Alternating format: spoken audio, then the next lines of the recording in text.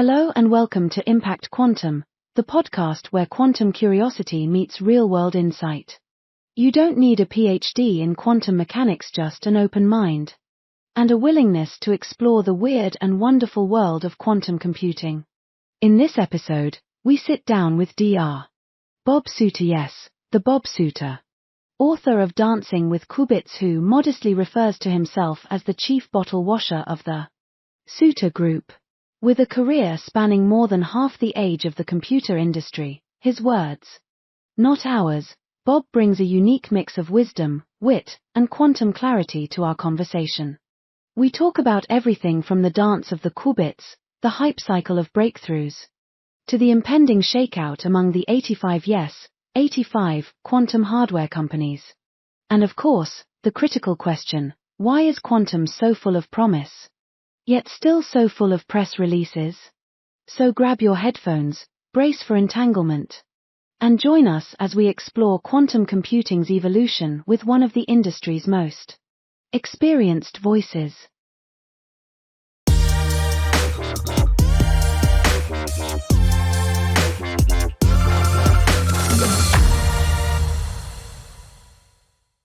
Hello and welcome back to Impact Quantum, the podcast where we explore the emerging industry of quantum computing. And you don't need to be a super duper quantum physicist with PhDs and multiple degrees. You just need to be curious.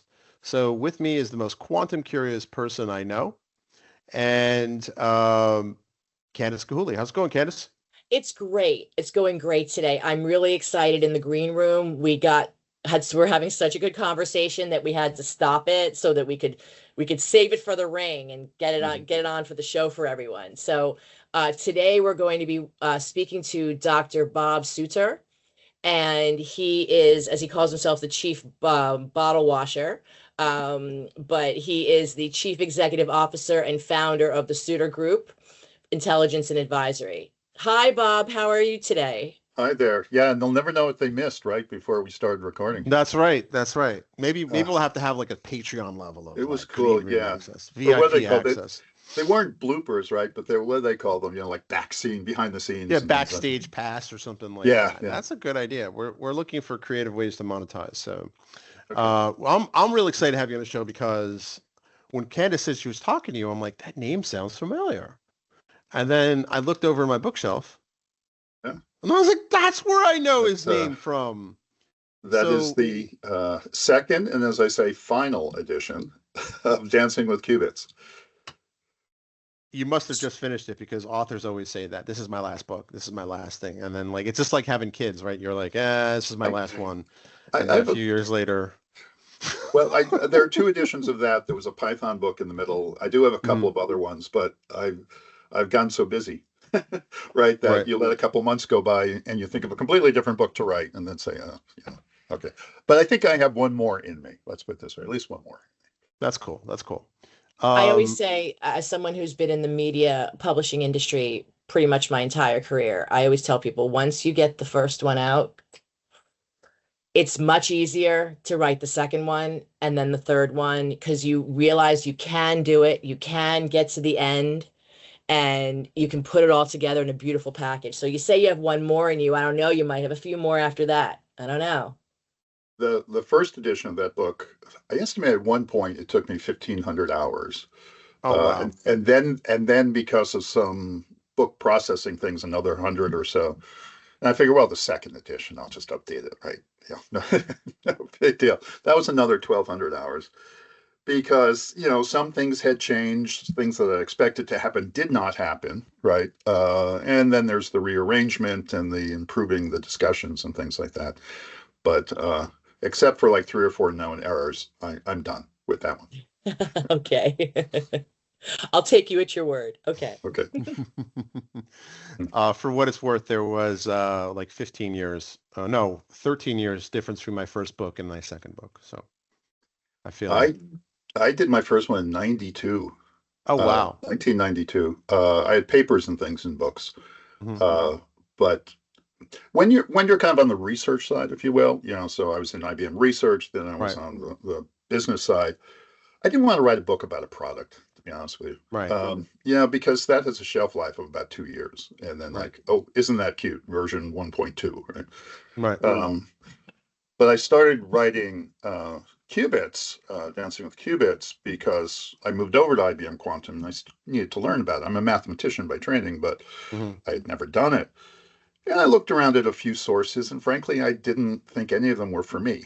So I started reading things on the web. I started reading papers and this and that and whatever. Many people assume that you had several years of advanced physics. I Right. didn't. I didn't. But you look at it, and it's mostly math, right? It's inspired by physics, obviously. But Right. so, I said, well, there's no book like the type of book I would want to read. So I wrote it. There you go. Right. And that's a good reason, if you will, right? Scratch your own itch, as people, sometimes software developers say. Right. No, I mean, that's a good point, right? And because, if you see a missing piece in the market and you can add it, you can fill that, then you don't know really how many other people like you've helped who may not have a book in them or the ability to go through it. Writing a book is a bit like a marathon, right? It's like more or less anyone can run for, 10, 15 feet, but can you do it for 26 miles in a row?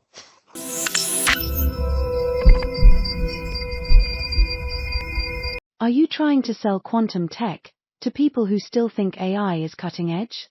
Then you need the Quantum Sales Playbook, Selling Outcomes.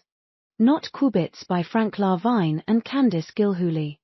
It's the first real-world guide to turning deep tech into actual deals with proven strategies for breaking through buyer confusion and closing revenue in pharma, finance, aerospace, and more. Get your copy now for just $7.99 on Amazon. And if you run a quantum accelerator, Frank and Candice will give your startups free copies, no qubits required. There is the total book, and I always work top down, right? So Right. that is, I lay out all the chapters first, and then I spend a lot of time looking for the little quotes at the top of the, Albert Einstein Yeah, said yeah, this. yeah. I don't even know what it's about, but I need to have a quote that's somehow relevant. It's my method. And then you put in maybe the sections. Now you have to assume all that's going to change, right? That once you Right. get really going. And then you get through it, and then you have to go back. So it's sort of like running a marathon where you can see the end, but you keep going back and rerunning little sections in the middle better. It's almost very fractal, right? Like, It can be, yeah, that's right. And you have to say at some point it's done, right? You right. can always do it forever. The second time around, I was really very lucky. I had several very, very good technical editors and friends in the industry, and a student, in fact, who really looked at this doesn't make sense, Bob. Right? I'm sorry, but there's something not right about this one.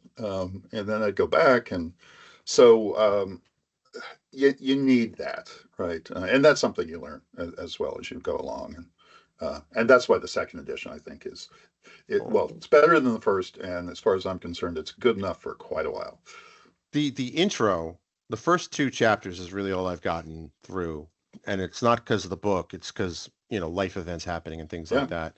But I definitely I may have to read through the first couple of chapters because it's been a minute since I did that. But the intro, like seriously, like and apparently in the virtual green room you were saying that people will recommend this book just for the first couple of chapters because it is that good. It is a good.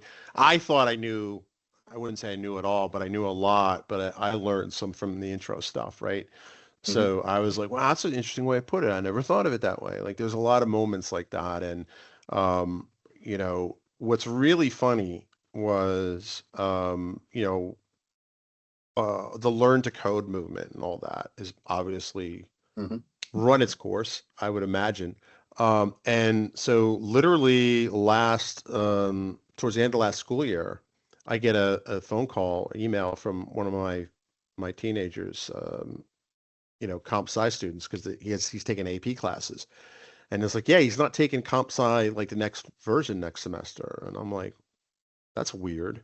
So I kind of he didn't say anything to me about it, which Candace also has kids that are older than mine. Apparently that's normal. So That's like 14. I basically kind of like went Yes. to him and said like, in a more polite way, WTF, why are you not taking this? Yeah. Right. And mom was real upset too. Right. So like, so I said, why are you not taking it? He goes, oh, because I was ready for like for a fight about this. Right. And he goes, no, I decided to take AP Physics next semester too, because it's only offered but so often. And I'm like, I can't argue with that. Yeah.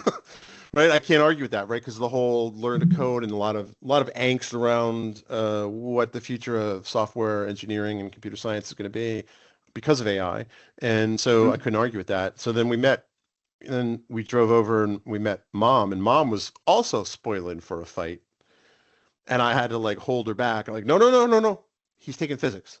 Yeah. Wait to the punchline. It's okay.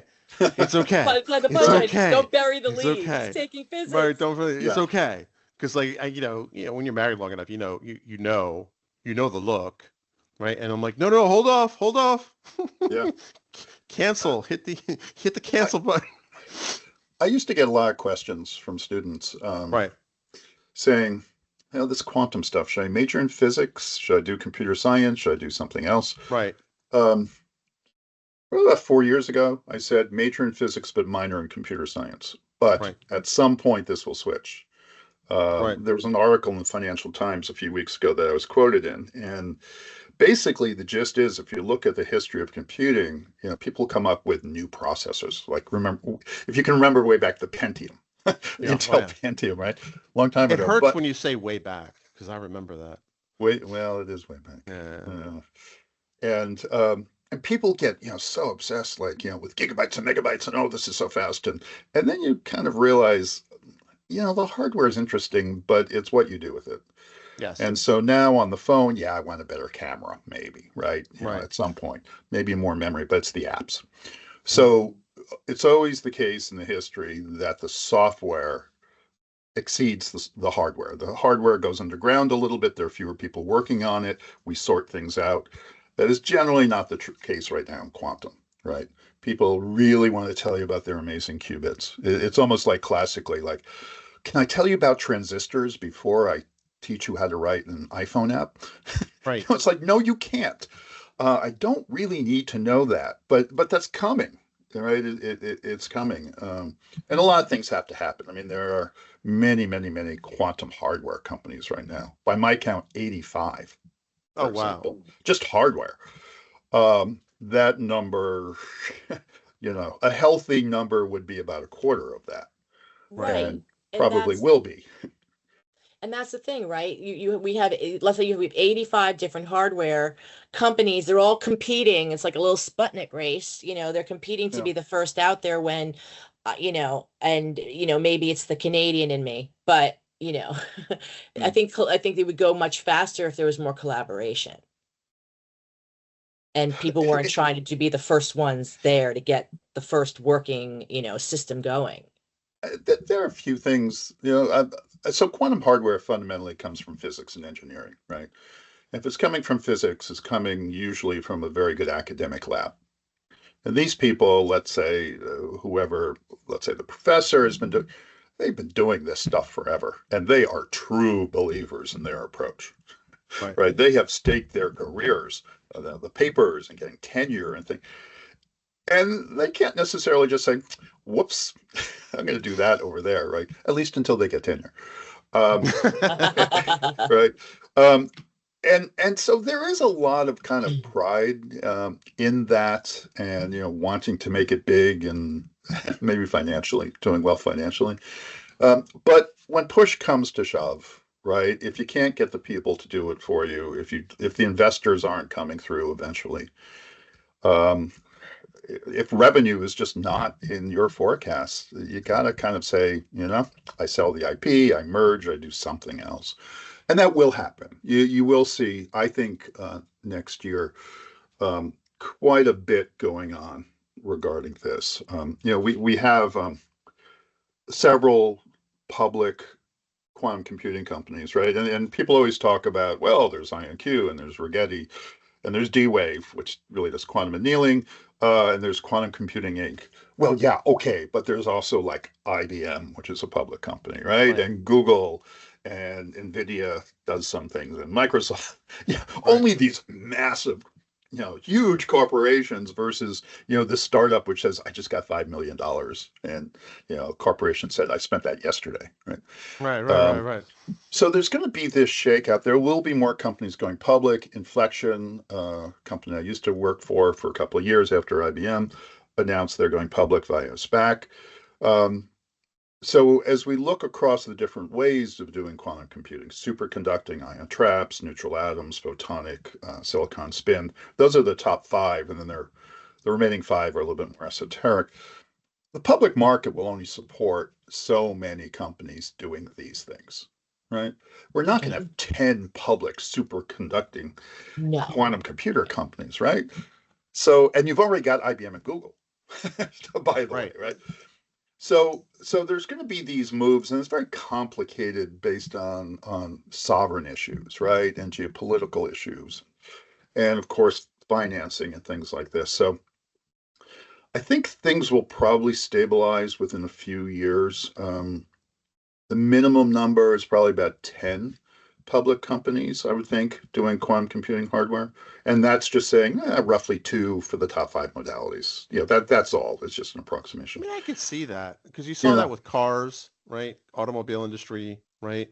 People forget a lot of the brands that are part of like GM today used to be separate car companies and they consolidated. That's right. I think was it Chevrolet was a separate company at one point. Ford and Lincoln, I think, were separate companies. But a lot of the brands that we think of as like, oh, that's a Ford brand, right? Like that they used to be separate companies and they consolidated just long before we were around. And there were brands that just disappeared. Pontiac, there were brands just vanished, Pontiac, right? Yep. You also have things like, if we're going to keep with the car analogy, Japanese companies, right? Yeah, so that's right. You have Toyota, you have Nissan, right? And at least at the beginning, there was no question they were Japanese companies. So they're now international, right. And things like this. Well, and even my American Chevy, I my first couple of cars were Chevy Impalas. They were all made in Ottawa, right? Yeah. Took my Chevy to the levee, but it was actually made in Ottawa. I've driven by the Ford plant on the way to Toronto many times. Right. There's a lot of traffic there because all those highways converge. Yeah.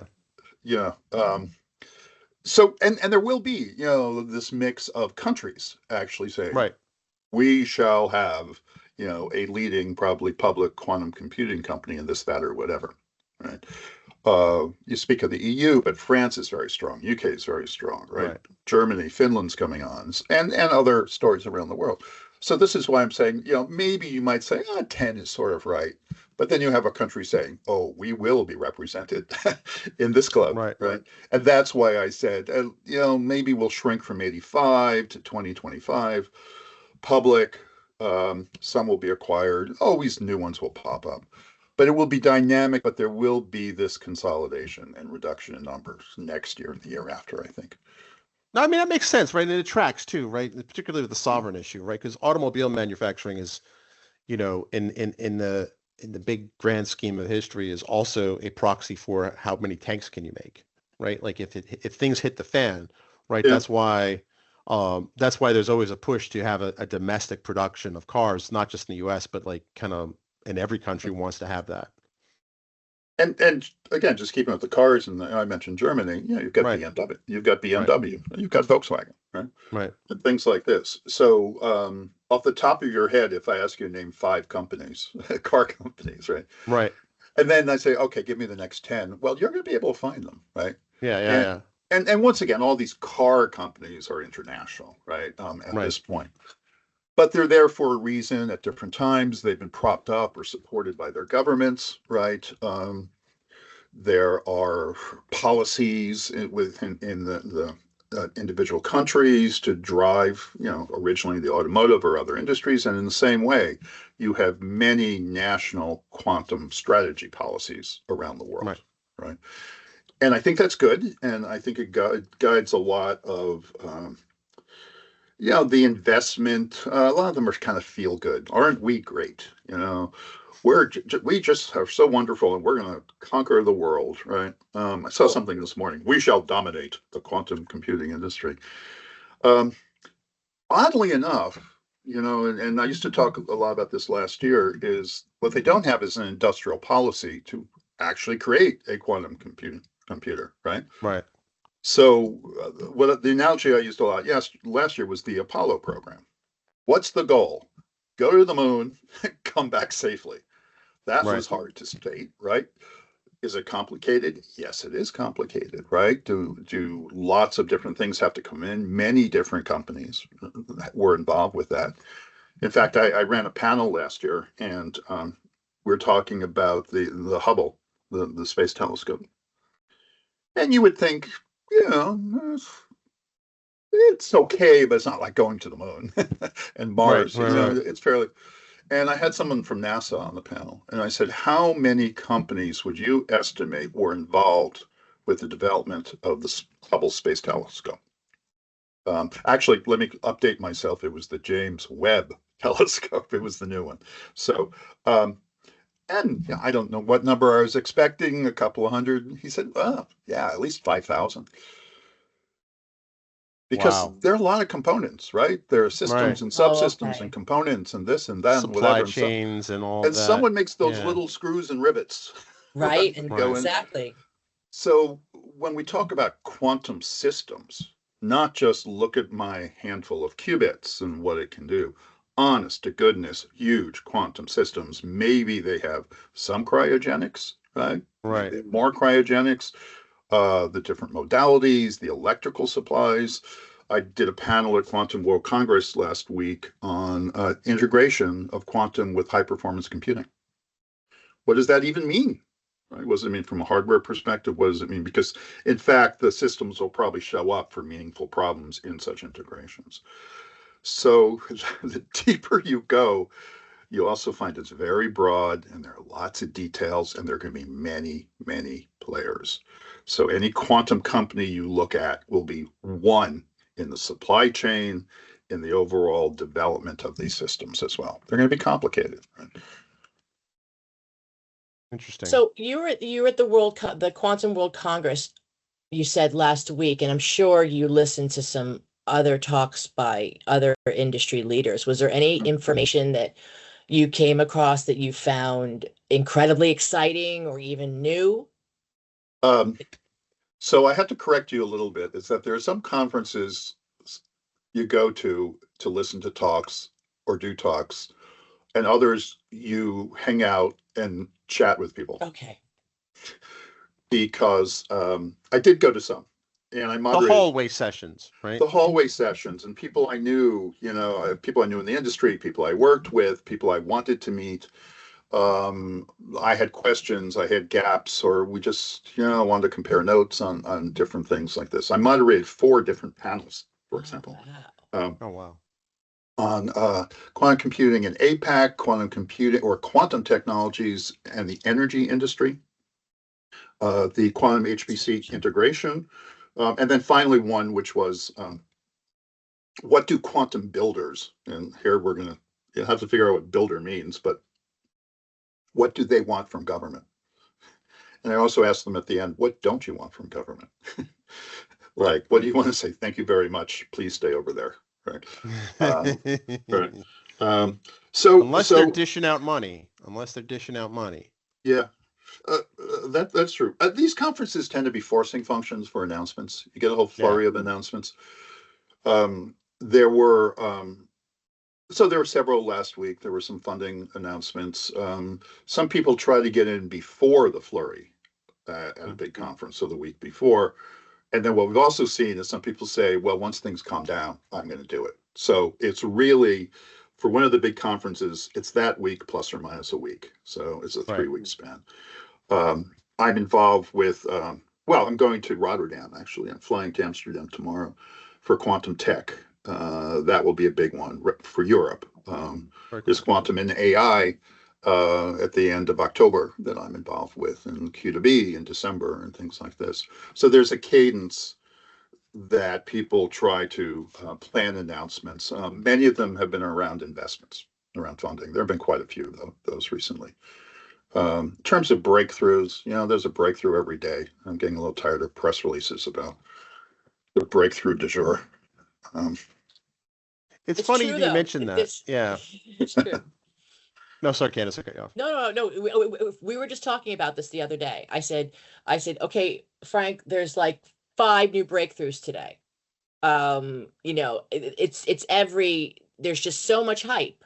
And there's just so many announcements. And I kind of just wonder, like, how should business leaders, assess, risk versus opportunity, um, when they're hearing about all this incredible, interesting, innovations that's happening. So I think people look there's a lot of good stuff going on. A lot of it is incremental, and absolutely people need to have a steady stream, or at least a reasonable stream of news, right? So this means press releases.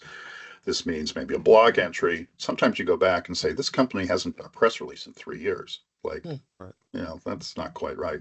And then there are several that, like, if they don't have at least 2 a week, they're falling behind, right? They don't seem to realize people's eyes glaze over and say, yet one more amazing thing from the number one self-proclaimed company, right? And things like this. Yeah, there are, and it's again, it's for investment dollars, to a large extent, or one way or another, public or private, stand on the radar, to stay on the radar map. I do a newsletter. I've kind of shifted the way I do it, but I generate the actual HTML, which gets published programmatically. And I go through and I look for words like breakthrough or pioneer or first ever. And I put them in bold italic just so people will see, how they do this. And there have been several this week, that once you get past the headline, it's like, so they really didn't do anything, did they? Right. So someday, once some of these calm down, I will maybe publish a list saying, here are the keywords to look for, right? And here are the things that should make you ask more detailed questions. They tell you this, but they don't tell you that, right? So I break these things down saying, okay, well, you're telling the truth. You're telling a great story. You're making a choice of how technical or whatever, but everything you say is factually correct, right? Now maybe we'll jazz it up a little bit, marketing, and say, yeah, you're amazing. Okay. Yeah, get it exciting. Put some sizzle into it. Yeah. And then you kind of move into the danger zone, which is lying by commission, where you are actively saying something false. That tends not to happen so much in press releases as it does in talks. Right. Sometimes it's not common, but it does happen occasionally. And then the other is lying by omission, which is, I'm telling you this, but if you knew this thing, you maybe wouldn't think things were quite as wonderful as I'm trying to give you the impression. And it's that latter one that kind of, at least, more education helps. The more you know about these things, of how to interpret what people say, right? Here's the question. They say they did this. Well, now you follow up with this question. But what about that? Right. Things like this. So that's why I consider part of my role, if you will, whatever it is in the industry, is just trying to educate people about how to think about what is happening and how to cut through. We'll call it hype, good hype, bad hype, whatever, but to the essence of what has really happened. Right. Well, that makes a lot of sense, right? It's it reminds me a lot of the .com era, like kind of early on. Obviously, AI is a lot of what's going on in AI right now is definitely very reminiscent of the .com era. But do you think it, as venture capitalists kind of start walking away from, not walking away, but as the AI space becomes so saturated that a lot of that venture capital money may start flowing towards quantum, and we'll start seeing a quantum hype wave get even crazier? I think it will be. So I don't know if it's moving away. Yeah, maybe that's a little pessimistic. Well, but there are ways this happens. So, for example, I track investors in quantum companies. I don't track how much money they necessarily go in. I just want to know who at some point has thrown money into it. Right. But people who are seed investors may not still be investors by the time you get to Series A or Series B, right? Right. They just have to, as someone termed it, they just have to find the next set of believers, right? The Right. investor believers, right? So, quote, walking away may be you say, well, I did well, right? I focus on very early stage. Now it's advancing. I will, quote, redeem, if you will. Someone else will pick up. I will get my money, but now I'm out of the picture here. So that may happen. And certainly there is the analysis of saying, well, do we go with AI? Do we go with quantum? With investing, and this is something that I think a lot of tech people need to understand. So left to my own devices, I would say, I really want the best people with the best technology to win, Right. right? To just have the greatest company and do well, commercially and all this, and that sounds nice. Okay, sometimes, if you take a purely capitalist investment saying, I really don't care what the tech is. I just want to make a lot of money. Right. I want to invest and come out the other end having done quite well. And then once I'm out of the picture, it's whatever it is, right? Right. Now, in truth, things tend to be a combination of those two, but it is a balance. It's a mixture of these two things. And in the same way, right, someone who is invested by starting a company, right, that's a form of investment. Yeah, I think they would kind of like to do well financially as opposed to saving the world with this quantum modality, right, or something. So a mixture is reasonable, but don't forget there are people all along that spectrum of technological innovation and massive success.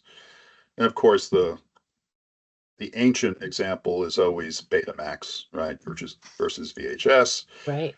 right?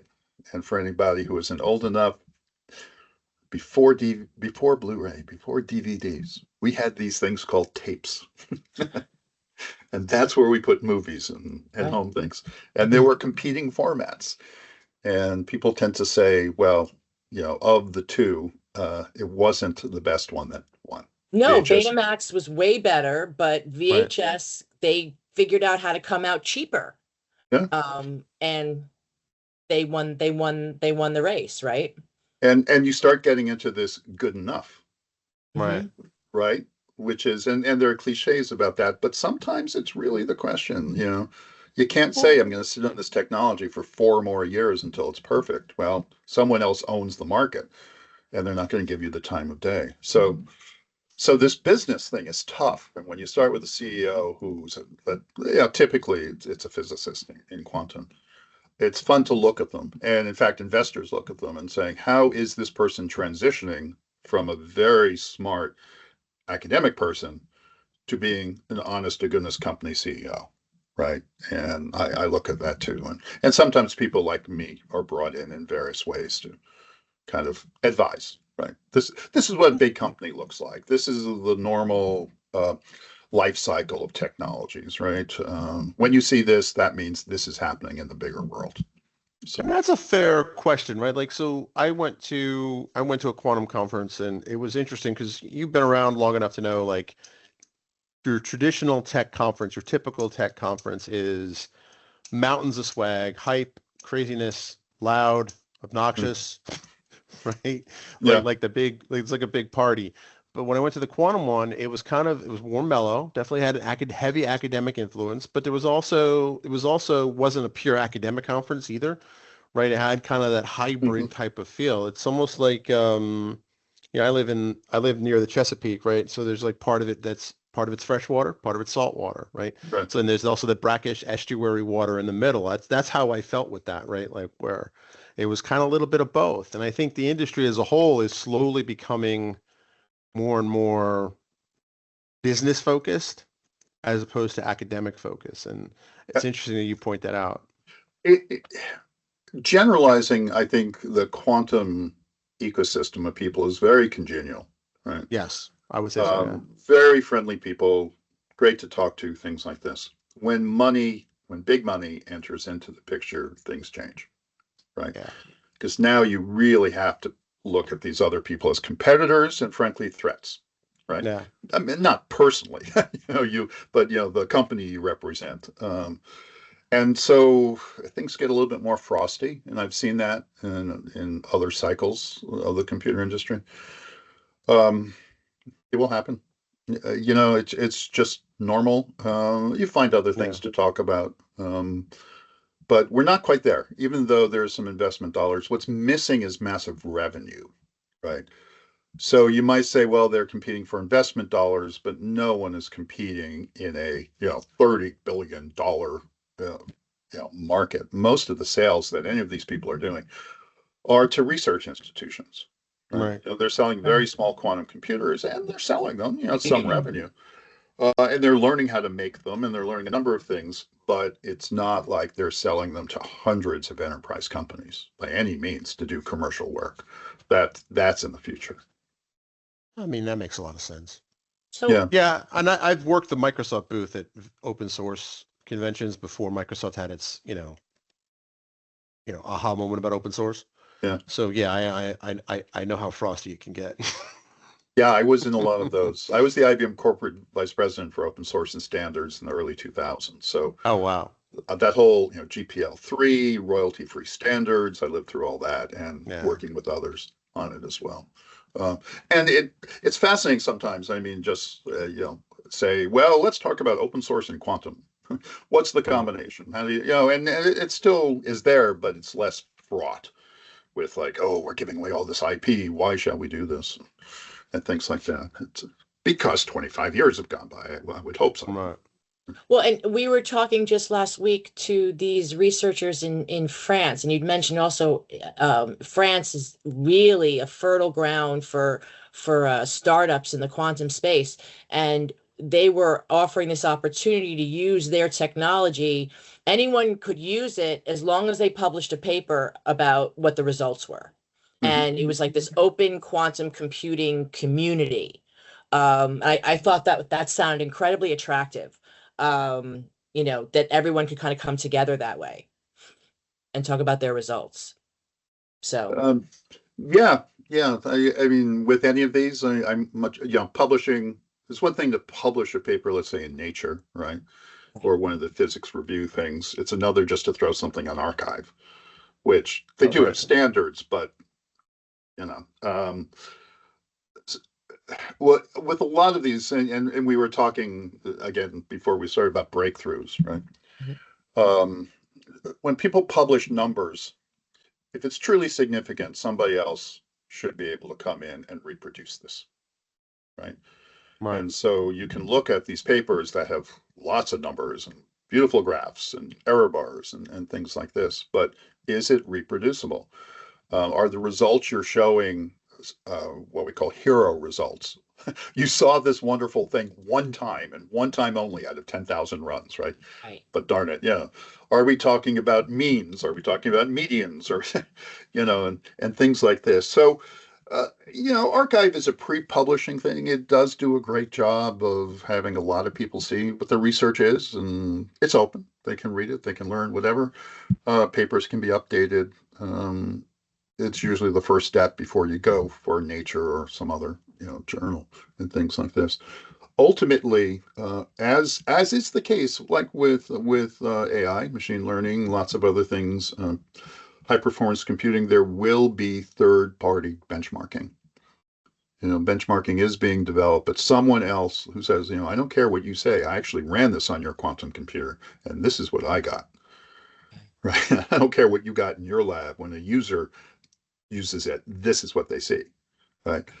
And so that will start happening. It's complicated though, and there's always this question. We haven't talked about it yet, but NISQ versus fault tolerance, and where are we now, and where do we have to be?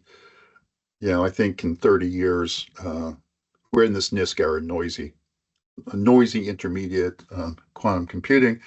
And we're moving toward fault tolerance, where at least the qubits and the operations have far fewer errors. Not perfect, but far fewer errors. I think if we could fast forward 30 years, we will look back at this era that we're in as being a little quaint. Like, they thought they could do amazing things before fault tolerance. Right. yeah, they did a few things. They, yeah, definitely had good research directions, but uh, some of these people were kidding themselves. So we're going to get to that tipping point in the next decade, whenever it happens, but in the 30s, shall we say, this will be the decade where that plays out, and all the rest of this stuff will just be computer science and engineering history. So people should remember that. I mean, look back. I mentioned, Pentium. We were talking about. Right. I remember Pentium. Yeah, 1980s. Oh, do I have to do the calculation? How many decades that was ago? No, Right. Pentium didn't hit the market though till like early in the mid 90s, right? Yeah, late 80s, early 90s, things like Yeah, this. okay. One other thing, just yeah, for people who have been in the industry, the dual processor, right? Dual core, right? Oh Like yeah, that was a big deal. right now, I don't remember exactly, but my iPhone is something like ridiculous, like 16 cores, 16 processing units, and then there are Hmm. specialized processing units for AI and things like this. Originally, there used to be one. Right. And in that one, you could do integers. There was a floating point unit, decimal computations. It could do trigonometry, but there was one. Right. And the first time we got two was 2005 when Intel and AMD both introduced them. So 20 years ago. And now you have supercomputers with thousands of them. Right. If you buy an Xbox or PlayStation, they have, I don't know the latest count. Um, this I have a little tiny desktop here. I think this is 12 core. Hmm. It's 6 inches by 6 inches, right? Right. So things change, and the same things you'll see with quantum computers. What we think now as a quantum computer for most of these modalities will just be a single core. So we'll have multiple quantum processing units connected, networking together. So we will build, again, for most of the modalities, big quantum computers by networking small quantum computers. And that's in the future. And that's something that will be playing out more and more too in the next few years. So when you I talk about networking the smaller computers, that's also moving away from like quantum in the cloud. No, it has to do with the actual quantum computer itself, the total computer. So you can talk about networking, if you will, very close. So here your model might be two chips on a motherboard, right? That close. Okay. Or, a meter apart. You have two devices maybe that use lasers, such as the ion traps or the neutral atoms, but they're really pretty close, right? That's small. Medium is data center distances, right? So it could be 100 meters by 100 meters, and somehow you have to get to that thing over there. It becomes a little more complicated, and then long distance is from here to California or here to Europe via satellite using quantum communications. So what I was talking about really was the very close kind of multiple QPUs fairly together. I'm not ruling out that maybe you might divide. You might say, well, I'm going to do part of this on a quantum computer in New York and part in LA, right? That Mhm. could happen, but the first focus of shared computation is very close, small. Okay. Okay.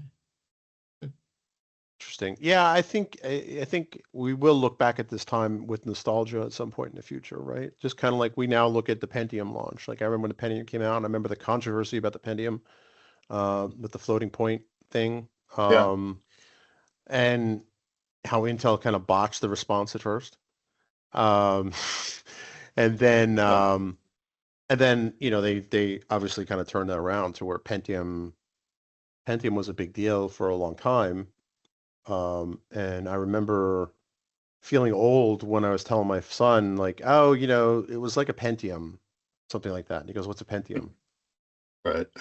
I think we were in the computer store and we saw like it said a Celeron chip or something like that for this like super tiny laptop. And I'm like, it's like a it's like a low powered Pentium. And he goes, what's a Pentium? I yeah. was like, oh, that hurt. Well, this also brings up Moore's law. So Right. so again, for people who weren't there, Pentium was the name of a chip that Intel produced, a CPU, a central processing unit that were in early computers. Right. But we've had Moore's law going and was certainly in full swing in the 80s and 90s. Right. Gordon Moore postulated in 1964 that roughly every 2 years, the computational power of a chip would double. 18 months to 2 years. And the way he computed that was really by the number of transistors, right? So the number of transistors that they could squeeze into a chip would double, but also the energy requirements would be cut in half. And a lot of people don't know about that part. And that's why, when my first computer in the 1980s, compared to now, was like nothing, but it had noisy fans and things like this. I think it was something like 7 generations ago, the iPhone at that point was 1 million times more powerful than the Apollo guidance system computers. Yeah. So that's why. So Pentium was just one name for a chip along the history, but it was a breakthrough compared to what they had been doing. So that's why a lot of us remember that name in particular. Right. And the same way, the density. There's this term swap C. So it's swap hyphen C. So it's size, weight, and power hyphen C for cost. And that's maybe a little more general way of expressing what we've talked about with Moore's law. And this will happen with quantum too. Quantum computers will get smaller. They'll become more powerful, right? They will use less energy and they will cost less. And that's the computing industry, folks. That's the way it works. And so again, we will, we're postulating when we look back, right? We'll say, boy, that took up a room. Why did it take up a room? Right? Just for that. No, I mean, it's a good point, right? And I just think that we really are in the early stages of this quantum kind of shift to this type of compute. And I think it's exciting because there's all sorts of career opportunities. You had said something in the virtual green room that I wanted to make sure we mentioned before we run out of time, which was that you were talking, what was it? Teenagers that are writing quantum code. What was that exactly? Yeah. So when I started writing Dancing with Qubits, the first edition, second edition, as I said, second and final edition came out last year. I'll tell you, I was 60 years old when I started writing the first edition. And I started coding classically when I was 15 years old, right, in high school, in this old teletype sort of thing. So I had decades and decades and decades of thinking about classical computers and how one codes them. And there have been different things through the years. And even if we get to the point of saying, Python now or C++ or Rust or things like this, we've been through many programming languages. But there are certain common things. When you go to a new programming language, you say, well, I've got to be able to do something like this. How does this language do it? Or there's got to be something in the library to do this sort of action. I got to find it. Right? It's not like you're learning from scratch every single time. There are things that you can do in regular classical programming languages that you can't do in quantum. You can't iterate over a loop. You can't say purely quantumly, do this 10 times. Right. You can copy data all you want to do. When you get to quantum, you find out you can't copy data. You cannot, if I have information represented in a quantum state, I cannot duplicate that. This is quantum mechanics. This is not that we are incompetent. Right. It's impossible. It's a law of nature. And you prove this by demonstrating a contradiction. It's called the no cloning theorem. And that's in the book about it. And you look at this and say, what do you mean you can't copy information? I can't put stuff in a database and pull it out? Well, you can pull it out, but it destroys whatever was in the database, its version. And this goes back to this notion of like teleportation, like Star Trek. Right. The people get all shimmery from one place and they appear someplace else, and you don't have two copies of the people. You only have one. So you've got these stark differences in how you actually code classical models in quantum, not driven by style, right? Not driven by, we're object oriented, right? Or things like this. In the case of quantum, by actual physical constraints of the model of quantum mechanics. So Jake Beto, who leads the IBM quantum program, years ago, when somebody was trying to describe something to him, he said, you're thinking too classically, meaning you're trying to come up with a quantum solution by doing it the way you would solve a classical problem. Right. And that's not going to work. It's very different. And I sometimes say you can be the best coder, classical coder in the world. That doesn't mean you're going to be an amazing quantum coder automatically. No, that's true.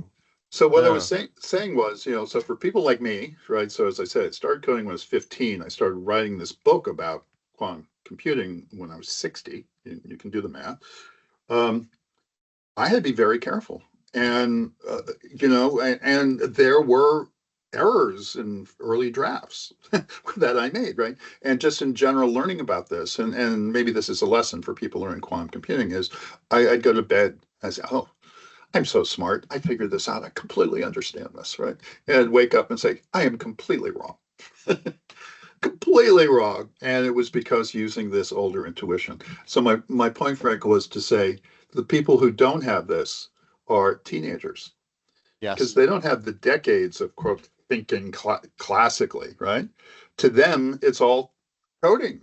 Yeah. And the world is the way the world is, and you learn how to do it, right? And things like this. And they grow up in this mixed model, right?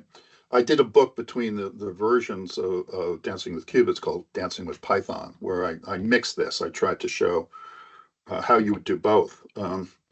And so it's always a joy.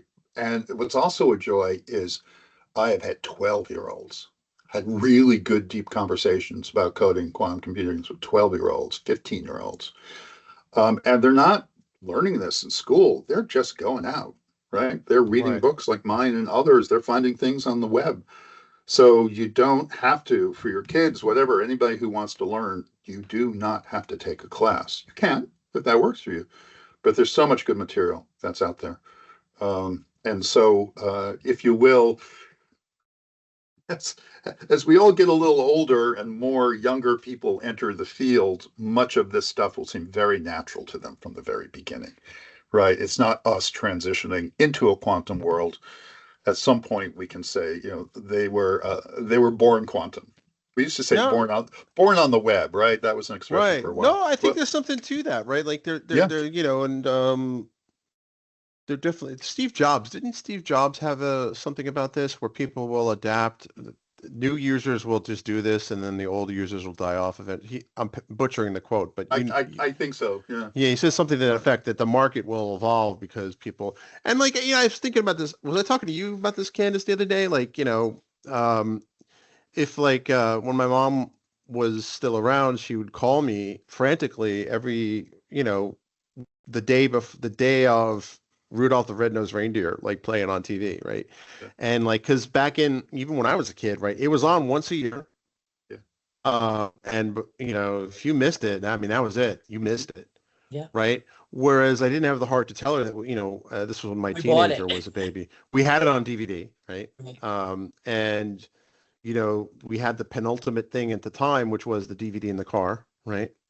And now that looks very old school, right? I don't think certainly my 3-year-old has probably never seen a DVD, right? Because it's streaming, everything's streamed. One of his favorite shows is the Mickey Mouse Christmas special, right? Which he watches nonstop, which is kind of annoying, but but he watches that in July, August, September. Like it doesn't matter. Like there's no scarcity in that regard. Right. That's right. And I don't think they understand that. Like, I remember having to watch the news, right? You had to sit through the news, half hour of like local news to get the weather report. Like, I just want the weather. I don't want, I don't want to hear how, actually I did care about the Yankees, but like, I don't want to know like local stories about what's happening in, Queens or, Long Island or whatever. Like, I just wanted to know what the stupid weather's going to be tomorrow. Yankees are tied for first place now. Nice. That's right. Nice. That's right. With the Blue Jays. And Yeah, number Oh, three. I know it's going to be so exciting. I'm going to be so conflicted. You'll be very conflicted. Yeah. I'm a born and bred New Yorker. I only came to Canada 15 years ago and then became a Canadian citizen as well. So, but I'm in Montreal, but still when there's a Wow. team in Canada, all the provinces come together Yep. and we all cheer and get excited. I went to Fordham, which was like 30 blocks from Yeah, Yankee Stadium. Bronx. So yeah. Sure. Yep. A lot of my professors were adjunct professors from IBM. So I was born just north of New York City, so okay. I know that Oh. area well. Cool. Okay. Candace is from Scarsdale? Yep, I grew up in Yeah. Scarsdale. Yeah, on the train line. Yeah, Right, exactly. On Metro North in the Harlem Hudson line. that's right. So This is and again, for those who may not, this is the New York City ecosystem, right? Right, exactly. You know, how all the trains feed into the city and what were Mhm. originally the bedroom communities, right? Yep.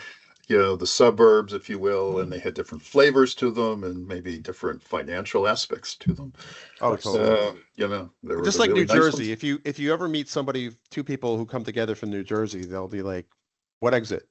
And then you exactly, know it's when exiting exactly off. where they're from. Like it's funny, right? So I was down in Raleigh, recording, doing like studio sessions for Red Hat, and the guy's like, "Oh, you're from Jersey," and I'm like, "Yeah." He's like, "Whereabouts?" So I'm like, "Exit 14, exit 14A," and he goes, "Oh, wow, I'm from exit 5," and like the two non-Jersey people in the room had no idea. And Right. they were remarking on that. It was like, I know exactly where that is. I know, like, I pegged the town, and so like I knew what town he was from. I kind of knew what he was about. He knew where I was from, what I was about. It's a thing, and because the rail transit isn't well developed in Jersey as it is in New York State, like it's the same thing. Yeah, Yeah, yeah.